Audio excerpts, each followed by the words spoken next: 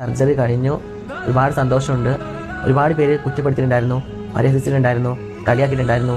ജാസി ഒരിക്കലും സർജറി ചെയ്യില്ല, ജാസി സ്ത്രീവേഷം കെട്ടി നടക്കുക ചെയ്യുള്ളൂ എന്നൊക്കെ. ഇതിനും വലിയൊരു തെളിവ് എനിക്കിനി പറയാനില്ല.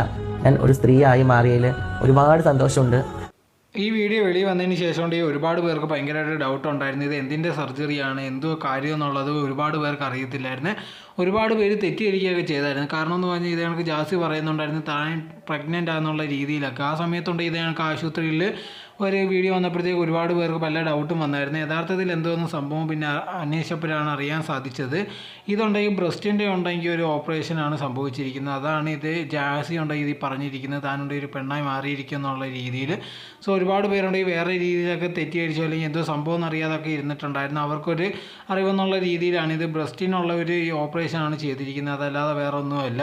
സോ ഇതിന് ശേഷം ഉണ്ടെങ്കിൽ തനിക്കുണ്ടെങ്കിൽ കുഞ്ഞിനെ വേണമെന്നുള്ളൊരു ആഗ്രഹമുണ്ട്. അത് തീർച്ചയായിട്ടും വേറൊരു വാടക ഗർഭം തീർച്ചയായിട്ടും ഒപ്പിക്കും എന്നുള്ള രീതിയിലൊക്കെ പറയുന്നുണ്ടായിരുന്നു. അതിൻ്റെ കാര്യം ഇനി എന്താണ് നമുക്ക് ഭാവിയിൽ അറിയാനേ സാധിക്കത്തുള്ളൂ.